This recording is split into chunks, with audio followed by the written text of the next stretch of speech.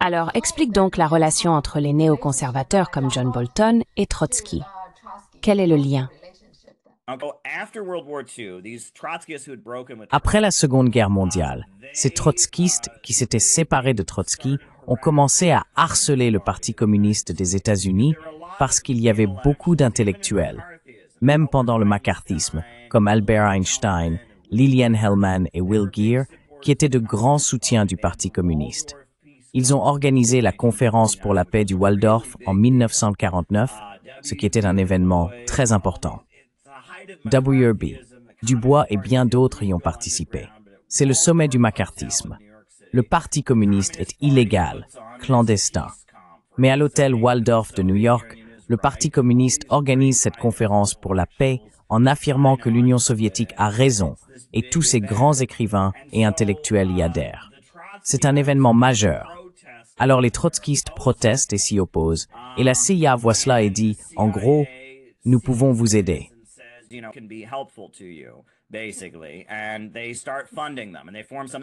ils commencent à les financer, et ils forment quelque chose appelé le Comité pour la liberté culturelle, qui deviendra finalement le Congrès pour la liberté culturelle. L'homme qu'ils choisissent pour le diriger s'appelle Irving Kristol. Son fils est Bill Kristol, un conservateur en vue associé au Weekly Standard. Ils prétendent être communistes, trotskistes, mais ils sont aussi contre l'Union soviétique.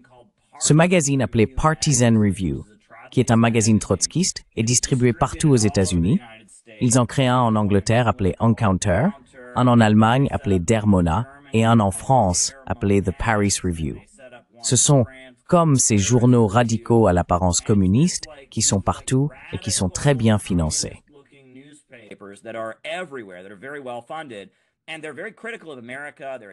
Et ils sont très critiques envers l'Amérique. Ils sont contre le macartisme.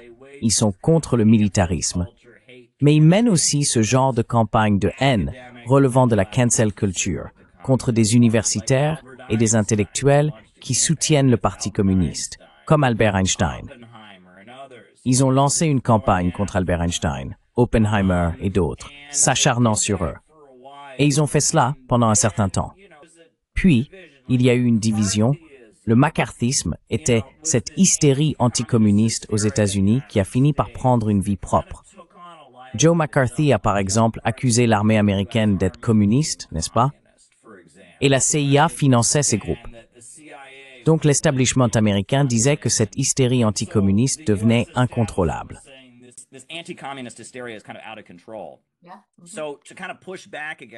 Oui. Donc pour contrer cela, beaucoup de financements ont été accordés à des personnes comme la Partisan Review et d'autres, afin de créer des couches d'Américains qui s'opposeraient au macartisme. Comme le macartisme devenait moins populaire, ils ne voulaient pas que les gens deviennent communistes. Ils avaient besoin que ceux qui s'opposaient au macartisme ne deviennent pas communistes. Et ils ne voulaient pas, par exemple, que la communauté noire, qui était très opposée au racisme et protestait activement, soit dirigée par des communistes. C'est ainsi que Martin Luther King Jr. et le mouvement des droits civiques émergent. Et c'est la montée de ce qu'on appelle les libéraux de la guerre froide, comme Kennedy, etc. Donc, le libéralisme de la guerre froide, avec beaucoup de financement de la CIA et de la Fondation Ford, va créer ce type d'activisme libéral.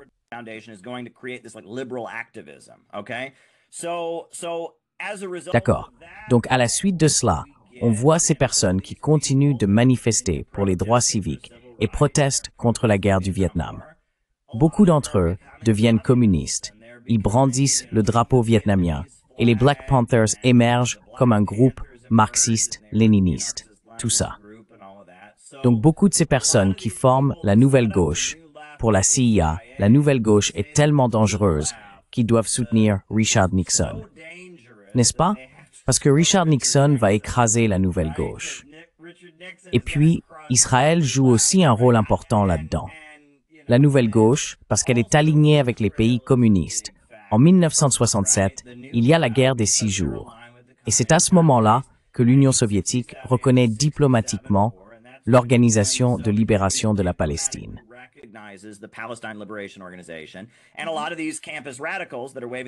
Et beaucoup de ces radicaux sur les campus qui brandissent le drapeau vietnamien, brandissent aussi le drapeau palestinien et s'opposent à Israël. Et les gens pensent « Oh mon Dieu, c'est de l'antisémitisme ou autre chose ». Donc beaucoup d'entre eux commencent à soutenir Nixon et le Parti socialiste d'Amérique, n'est-ce pas? Le Parti communiste était une dissidence, puis le Parti socialiste était le groupe anticommuniste. Il s'est scindé en 1972, il s'est divisé en 3 partis. L'une de ces partis s'appelle Socialist Party USA. Il se présente aux élections et était pacifiste, complètement opposé à la guerre du Vietnam. La deuxième partie s'appelait à l'origine Democratic Socialist Organizing Committee. C'est maintenant la DSA. C'est Mamdani.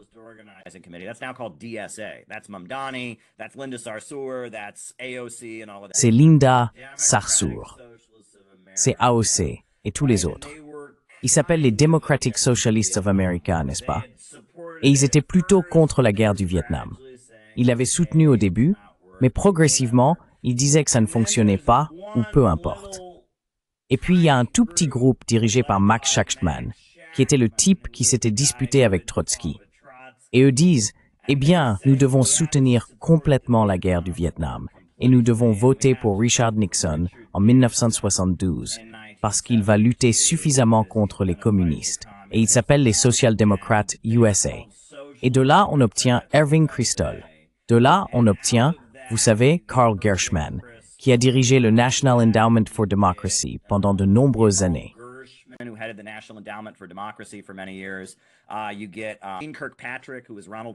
Vous avez Jean Kirkpatrick, qui était l'ambassadrice de Ronald Reagan à l'ONU. Il y a tout un groupe de personnes comme ça. Et ce qui est amusant, c'est que ce sont des gens qui ne sont jamais élus. Ce sont des personnes intelligentes qui sont des conseillers, n'est-ce pas? Des universitaires, n'est-ce pas? Et ils ont une école de pensée. Et puis il y a ce personnage nommé Leo Strauss. Tu connais le nom de Leo Strauss? J'en ai entendu parler, oui. Oui, Leo Strauss est ce professeur qui n'a jamais été trotskiste, mais qui est, tu sais, très proche de tous. Et il défend cette idée que tous les grands philosophes de l'histoire ont dû écrire de façon codée, parce qu'ils seraient persécutés par la masse si elle découvrait ce qu'ils pensent vraiment. Tu vois?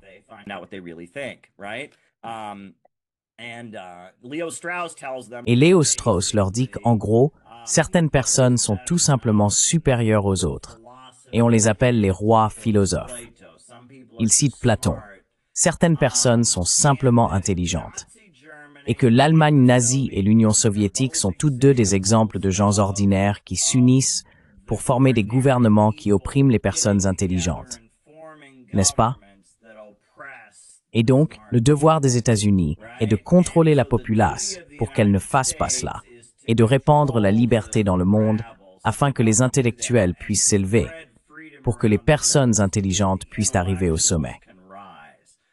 Et c'est ce que croit Leo Strauss, que l'Allemagne nazie et l'Union soviétique sont essentiellement des exemples de démocratie excessive. N'est-ce pas?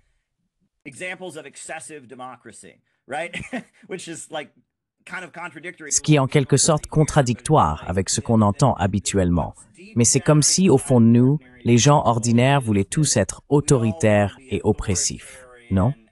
Et donc, nous avons besoin d'être protégés par ces intellectuels qui vont défendre notre liberté, nous protéger de nous-mêmes, en quelque sorte. Et sa série télé préférée, c'est Gunsmoke, n'est-ce pas? C'est un western des années 1950 où le gentil porte un chapeau blanc et il est entièrement bon, et le méchant porte un chapeau noir et il est entièrement mauvais. Et Leo Strauss dit aux néoconservateurs, c'est ainsi que les Américains doivent comprendre la politique. Nous pouvons comprendre les complexités et tout ça, mais pour l'Américain moyen, il faut que ce soit Gunsmoke.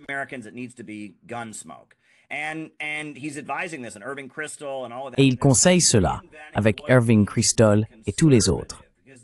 Ils sont en quelque sorte en train de réinventer ce que signifie être conservateur, car les conservateurs étaient en train de perdre du terrain à cause de la contre-culture, des hippies et tout cela.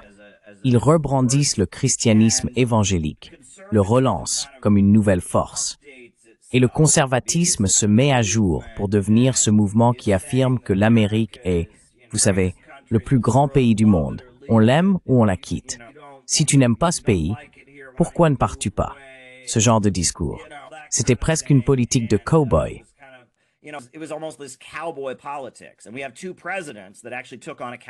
Et nous avons deux présidents qui ont réellement adopté une posture de cow-boy. Ronald Reagan était littéralement un acteur de western à Hollywood. Et George W. Bush, qui est né dans le Connecticut, porte en fait un chapeau de cow-boy et essaye de se comporter comme tel. Ils essayent de présenter la politique de manière très simpliste. Et la grande conviction de Leo Strauss, c'est le noble mensonge. Irving Kristol croit aussi au noble mensonge. Et ils affirment qu'il est acceptable de mentir parce que les gens ordinaires ne peuvent tout simplement pas comprendre certaines choses, n'est-ce pas? Que nous, l'élite, avons le droit de mentir à ce sujet. Les armes de destruction massive sont souvent citées comme l'un des grands exemples de nobles mensonges.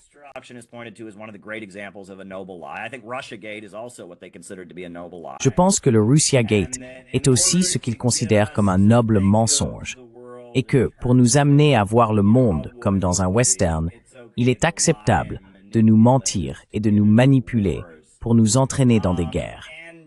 Et Brzezinski, qui est considéré comme un stratège très important de la politique étrangère américaine, ce n'est pas un néoconservateur. On le qualifie souvent à tort de néoconservateur, mais il ne l'est pas, car il veut jouer une partie d'échecs. Il veut jouer une partie d'échecs géostratégique, alors que les néoconservateurs raisonnent en termes de bien et de mal. Ils pensent que l'Amérique est en croisade pour renverser des gouvernements, tandis que les néoconservateurs disent que tout tourne autour du bien et du mal. Voilà.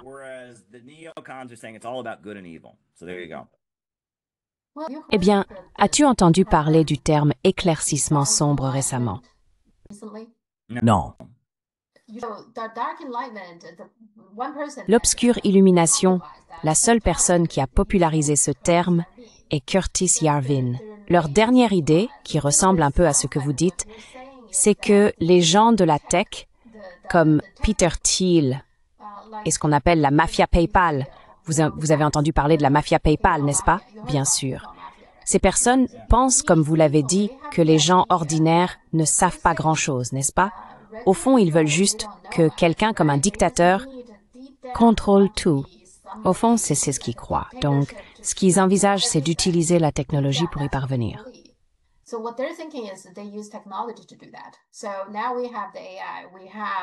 Alors maintenant, nous avons l'IA, nous avons la crypto, en utilisant la crypto et ses outils désormais à notre disposition, nous pourrions faire cela sans élection. Vous savez, nous n'avons pas besoin d'élection, peu importe qui est président. Nous avons la technologie, donc nous pourrions le faire, nous pourrions contrôler le pays de cette manière. C'est ce qu'on appelle l'obscure illumination. C'est une version très simple.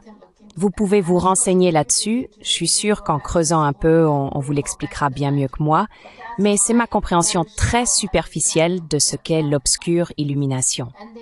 Et ils le font. Je veux dire, sérieusement, avec les données Elon Musk et tous les autres, ils ont obtenu beaucoup, vous savez, de données. Pas mes données, mais des données, ils les ont eues. Et qu'en font-ils? Bien sûr, ils peuvent contrôler beaucoup de choses. Et cette petite crypto, s'ils remplacent la vraie monnaie par la crypto, ils sauront tout ce que vous faites. Vous savez quoi que vous achetiez, un bonbon dans un magasin, ils le sauront. Ils sauront quand et où vous avez acheté le bonbon, n'est-ce pas? Quel type de bonbon? Donc ils sauront tout de vous et ensuite ils pourront vous contrôler. Donc je ne suis pas sûre que chacun d'eux ait cette idée très claire, mais cette idée prend de l'ampleur.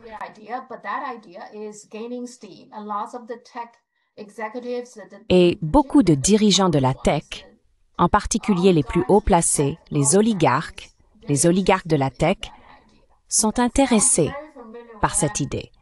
Donc cela me semble très familier quand j'y pense. Et toute l'idée de l'obscure illumination, c'est que les gens de manière générale ne veulent pas vraiment autant de démocratie. Ils n'ont pas vraiment besoin d'autant de liberté. Vous avez de bons dirigeants qui s'occupent de tout, et c'est tout. Voilà ce qu'est l'obscure illumination.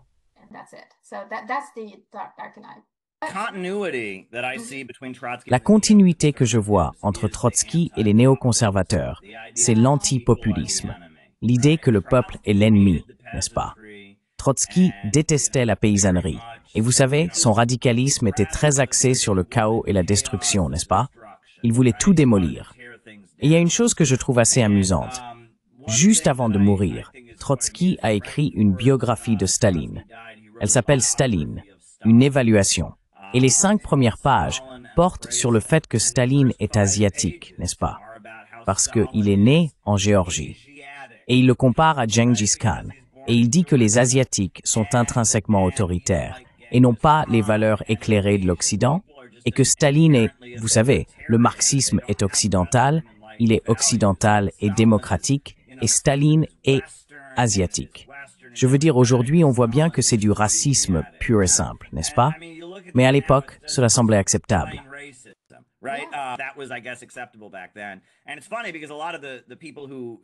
Et c'est drôle, parce que beaucoup de personnes qui se réclament de Trotsky ou qui invoquent ce type de communisme trotskiste sont aujourd'hui parmi les plus woke, si l'on peut dire. Et c'est comme, si on lit ce qu'il a écrit, il a par exemple attribué la manière d'être de Staline à cette idée qu'il est asiatique. Mais cela en dit long sur ce que représentait Trotsky. Il voyait le marxisme comme une continuité de la Révolution française, une sorte de prolongement, alors que le léninisme est une sortie de l'Europe. Le léninisme, c'est la construction d'un parti d'un nouveau type, et le centralisme démocratique.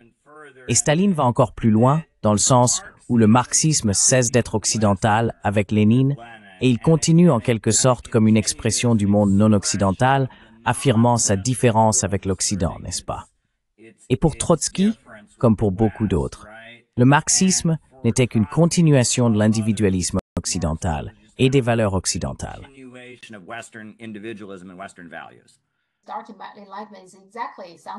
Ça me semble être ça, non? Mais la seule différence, c'est qu'ils pensent ne même pas avoir besoin d'un pouvoir particulier tant qu'ils ont la technologie. La technologie, c'est le pouvoir. Donc, à propos de Trump, Trump prend maintenant des participations dans Intel, dans US Steel, et il est même question de nationaliser le marché. Que penses-tu qu'il fait? Quelle est ton interprétation de ce qu'il fait en ce moment?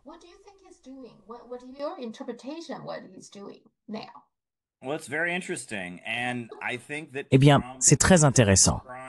Je pense que Trump essaye d'adopter une posture bonapartiste. Il existe des divisions au sein de la classe dirigeante, et il tente d'exercer un certain contrôle sur l'économie pour favoriser les personnes avec lesquelles il est allié, et ce, au détriment de celles avec lesquelles il ne l'est pas, afin de se positionner.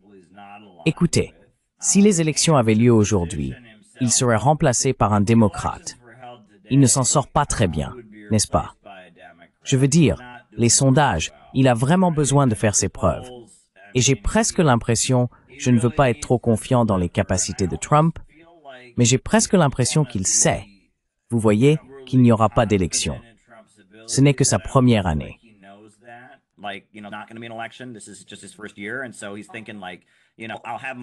Donc, il pense, vous savez, que ces grandes victoires arriveront juste avant les élections de mi-mandat ou avant la prochaine élection. J'ai l'impression qu'il en est presque conscient. Mais pour l'instant, oui, Trump n'est pas populaire. Il ne fait pas du bon travail. L'économie ne s'est pas améliorée. Il n'a pas instauré la paix comme il l'avait promis. Je ne vois vraiment rien de positif chez Trump. J'espérais vraiment qu'il s'améliorerait. Mais je garde espoir concernant les pourparlers de paix en Alaska, et je suis optimiste quant au fait que Tulsi Gabbard ait révélé que le Russiagate était une supercherie et à la poursuite judiciaire contre John Bolton. Donc je vois là un certain potentiel positif. Mais jusqu'à présent, j'ai été très déçu par l'administration Trump. Oui, moi aussi. Alors dans ce cas, quelle est la prochaine étape pour le mouvement MAGA? Oui, eh bien, j'ai aimé ce que Tulsi Gabbard a dit ce week-end. Elle a dit que ce n'était pas une question d'individu, n'est-ce pas? Ce n'est pas le cas. Et tu sais, on a Marjorie Taylor Greene et Thomas Massie. Ils ont fait l'affaire Epstein hier, non? Ils ont fait venir les victimes. Ils se sont opposés au soutien à Israël et tout ça. Tu vois, c'est ça qu'on doit comprendre. C'est comme Trump et Trump, tu vois? Trump agit dans son propre intérêt. Il fait partie de l'establishment politique américain. Mais il exploite la colère des travailleurs américains. Et c'est de cette colère, c'est ce que je disais dans le livre « Où va l'Amérique ?», c'est de la colère du peuple américain contre l'establishment que viendra tout mouvement socialiste.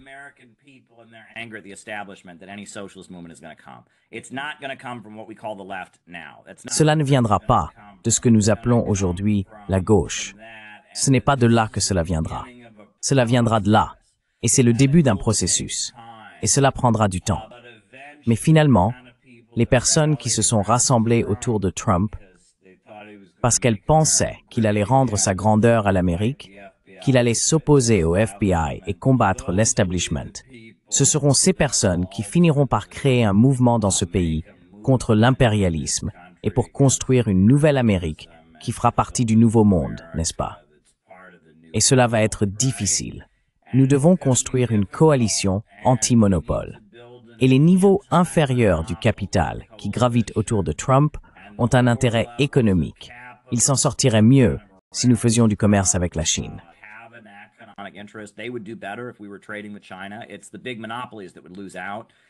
Ce sont les grands monopoles qui seraient perdants. Et cela va être un processus assez difficile. Ce que je pense en partie, c'est qu'il existe presque une division Est-Ouest au sein des États-Unis.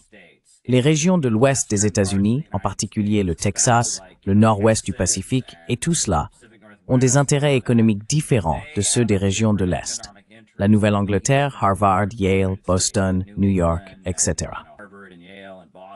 Plus les États-Unis pourront réorienter leur économie vers l'Ouest, mieux ce sera, car cela nous éloigne de l'OTAN. Et c'est tout l'enjeu de la question de l'adhésion du Canada aux États-Unis. L'idée, c'est que l'Alaska et l'Arctique vont devenir très importants en raison des ressources naturelles. Et l'Alaska fait déjà partie des États-Unis.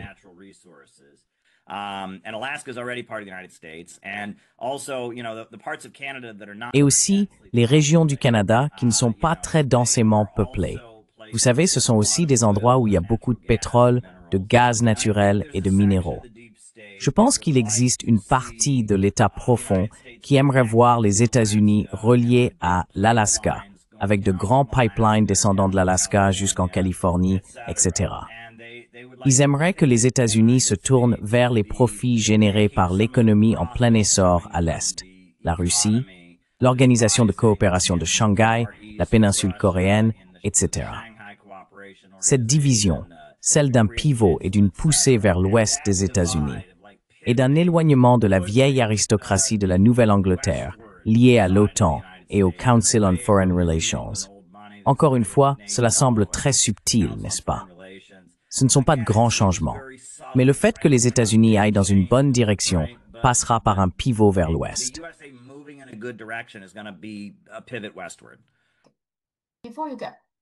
Avant que vous partiez, juste pour être clair. Donc, les néoconservateurs d'aujourd'hui, si on remonte assez loin, assez profondément, tout a commencé avec les trotskistes. Peut-on dire cela?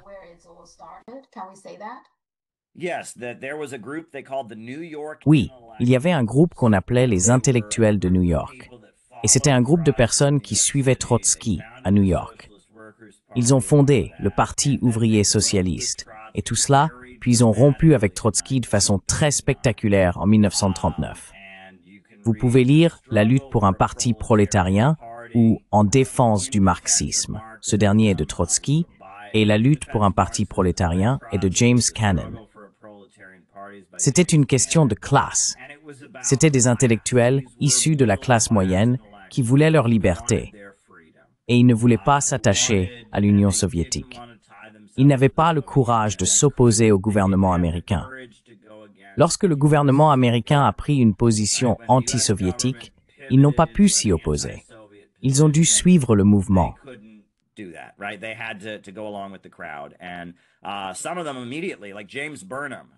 Certains d'entre eux, immédiatement, comme James Burnham, qui faisait partie de ces personnes, se sont tout de suite engagés auprès de la CIA. Enfin, il n'y avait pas encore de CIA. Il s'est engagé auprès de l'Office of Strategic Service, juste après avoir quitté le mouvement trotskiste.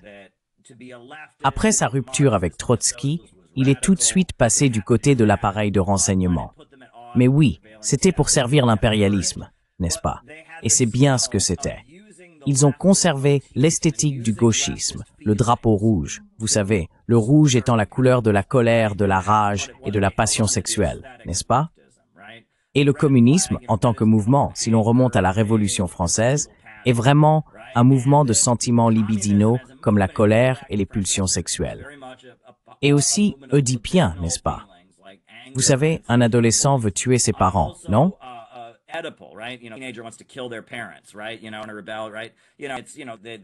Vous savez, dans une rébellion, non? On coupe la tête du roi, ou on renverse la statue, ou peu importe. Et ce communisme s'est progressivement éloigné de ces esthétiques pour devenir presque conservateur, non? C'est comme, vous savez, on est loyaux envers la nation, on est loyaux envers le pays, etc. Alors que, on conservé les esthétiques et les sentiments de la gauche et les ont instrumentalisés au service de l'impérialisme. Et cela en dit long sur George Soros et ce qu'il fait avec l'appareil des révolutions de couleur, etc. Et il est plus efficace de vendre des guerres sous un angle de gauche que sous un angle de droite, non? Si vous dites simplement « Oh, on va renverser ce pays parce que le communisme c'est mal », personne n'y croira, n'est-ce pas?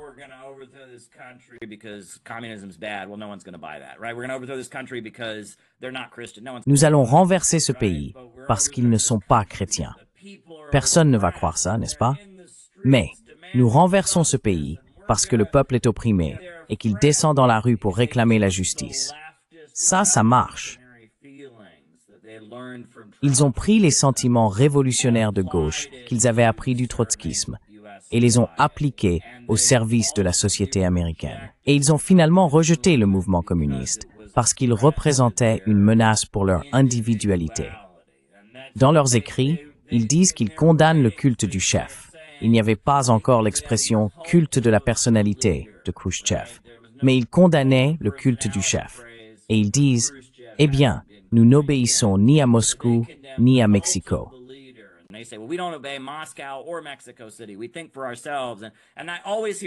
Nous pensons par nous-mêmes.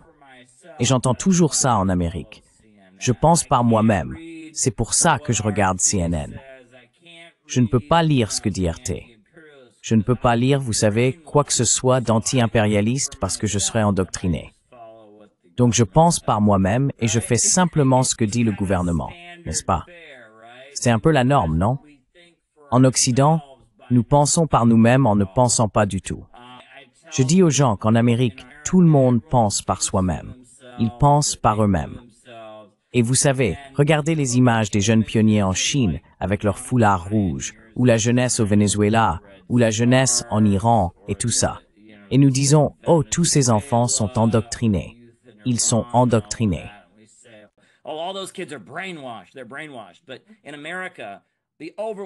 Mais en Amérique, l'immense majorité des gens dans ce pays ne peuvent même pas trouver leur propre pays sur une carte. D'accord, donc ils sont libres, n'est-ce pas? Mais je peux vous garantir que tous ces enfants endoctrinés savent où se trouve leur pays sur une carte.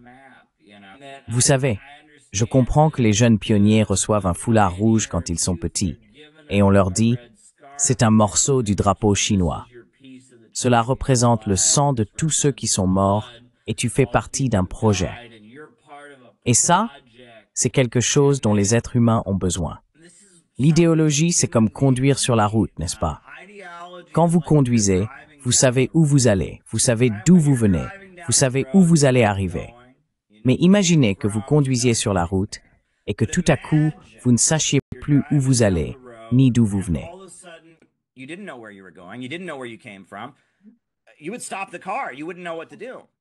Vous arrêteriez la voiture. Vous ne sauriez pas quoi faire, n'est-ce pas?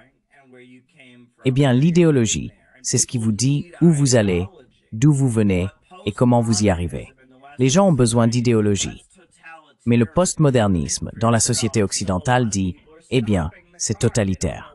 Vous savez, pensez par vous-même. » Et donc, beaucoup de gens arrêtent la voiture. Ils ne savent pas quoi faire.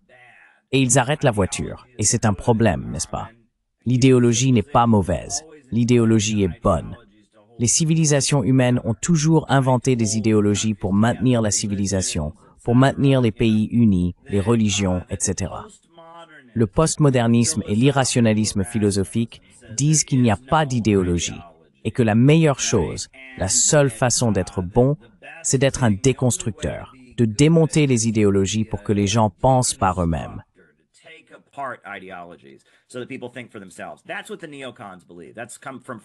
C'est ce que croient les néoconservateurs.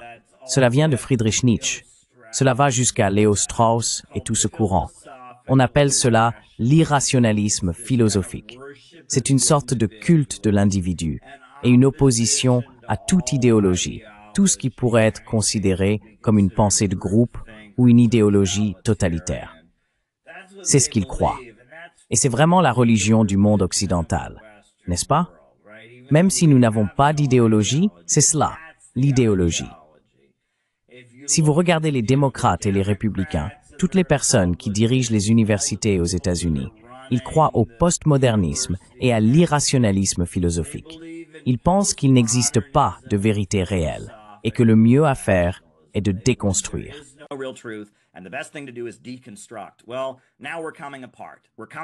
Eh bien, maintenant, nous nous désagrégeons. Nous nous désagrégeons en tant que société. Et ce qui se passe, c'est que le marxisme était l'idéologie qui nous menaçait, n'est-ce pas? Vous savez, à l'origine, en Occident, le marxisme était l'ennemi. Donc l'idée était qu'il était plus efficace de combattre le marxisme avec cet irrationalisme philosophique qu'avec, vous savez, notre propre idéologie. On disait simplement, eh bien, il n'y a pas de vérité. C'est une meilleure façon de lutter contre le communisme, non? Et donc il faut imaginer, comme imaginer un gaz toxique que nous avons dispersé sur l'Union soviétique et que nous avons dispersé sur, vous savez, tous ces gens. Le gaz toxique va là-bas, mais ensuite le vent tourne et il revient ici.